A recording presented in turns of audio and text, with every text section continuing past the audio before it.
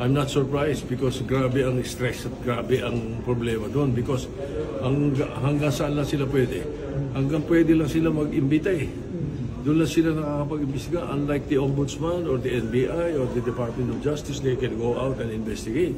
So talagang mahirap yung trabaho nila. Hindi ba nakakapagtaka? Kaya that's why we're giving more powers and more teeth to the IPC, which will not be confined to infrastructure. It will also be able to investigate other anomalies in any other departments of government. Hindi ba nakakapagtaka SP after Magalong, si Singson naman?